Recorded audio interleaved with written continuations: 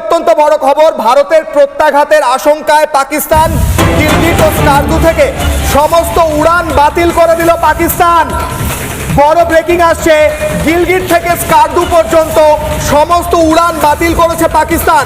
সমস্ত উড়ান বাতিল করলো পাকিস্তান সরকার। পাকিস্তান কতটা ভয় পেয়েছে এই মুহূর্তে চিন্তা করা যায় না।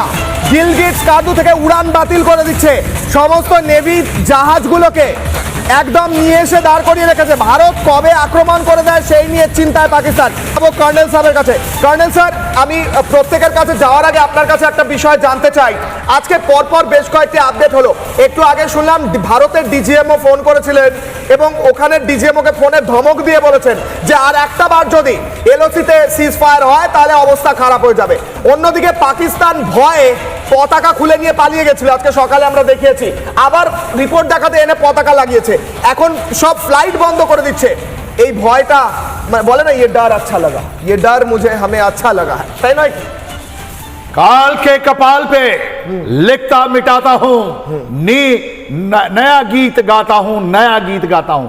এটা আমাদের অটল বিহারী বাজপেয়ী বললেন, আমি প্রত্যেক দিন একটা নতুন গান করি, ওই গান কিন্তু কোন সিঙ্গার রসে নয়।